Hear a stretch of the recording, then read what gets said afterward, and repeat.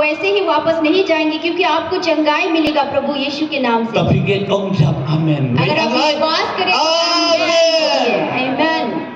Haleluya. Boleh sih sebentar. और प्रभु वैसा ही करेंगे। Kasih jumlah ke orang. Kasih jumlah ke orang. परमेश्वर का वचन कहता है, Kat kung ka gospel yo ada senang balai khat rio babon nangingitip.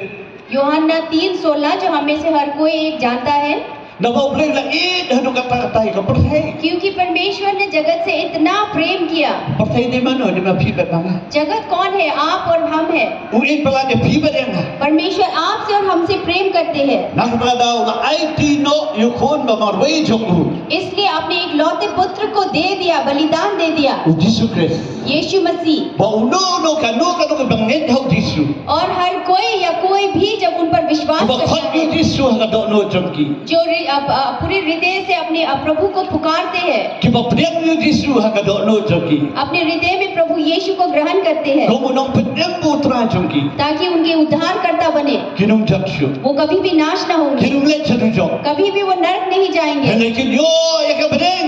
लेकिन उनको स्वर्ग मिलेगा, Kin yo agi jingam bom jom. उन्हें अनंत जीवन मिलेगा। Bagi ago yo play kan ke jam ka kwa ban ong fikani. और मैं धन्यवाद देता हूँ परमेश्वर को, और मैं ये आपसे बोलना चाहता हूँ, Undai pengisuan hingi kwa dalati penguan hani. ऐसा नहीं कि हम खुद की चाहत के कारण हम यहाँ पर आए, Undai Yesus wakha ini. लेकिन ये प्रभु यीशु है जो उन्होंने हमें यहाँ पे भेजा है। Orang kilik seperti barok pada lap ke gospel. आमीन। प्रभु ने कहा कि सारे संसार में जाके शुभ समाचार का प्रचार करो, Bagi Kongo itu. और हमने उनकी आज्ञा का पालन किया, Buat pada lap ke gospel saya kira. और इसलिए आज हम यहाँ पर शुभ समाचार को प्रचार करने के लिए यहाँ पर आए। Kumta kan digapor.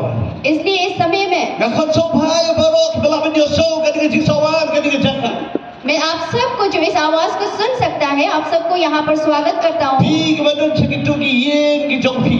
आप जो अपने घरों पर हैं वहाँ पर, Pi yang satu sesurang sedikit. आप शायद वो सड़क के उस पार हो, Pi skap kamna jegai.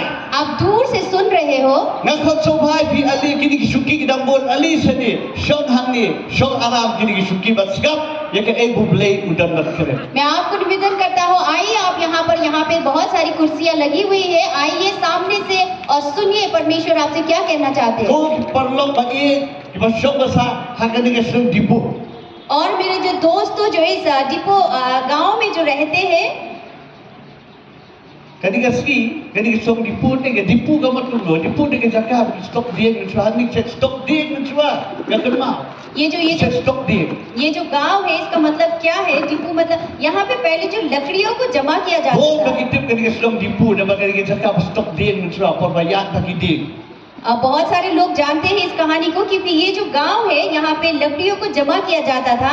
Aku apa dong fikir kamu beri jom beli. मैं परमेश्वर के दास आपको ये बोलना चाहता हूँ, Kadi kesung ये जो गांव है kanong stok cuy kini.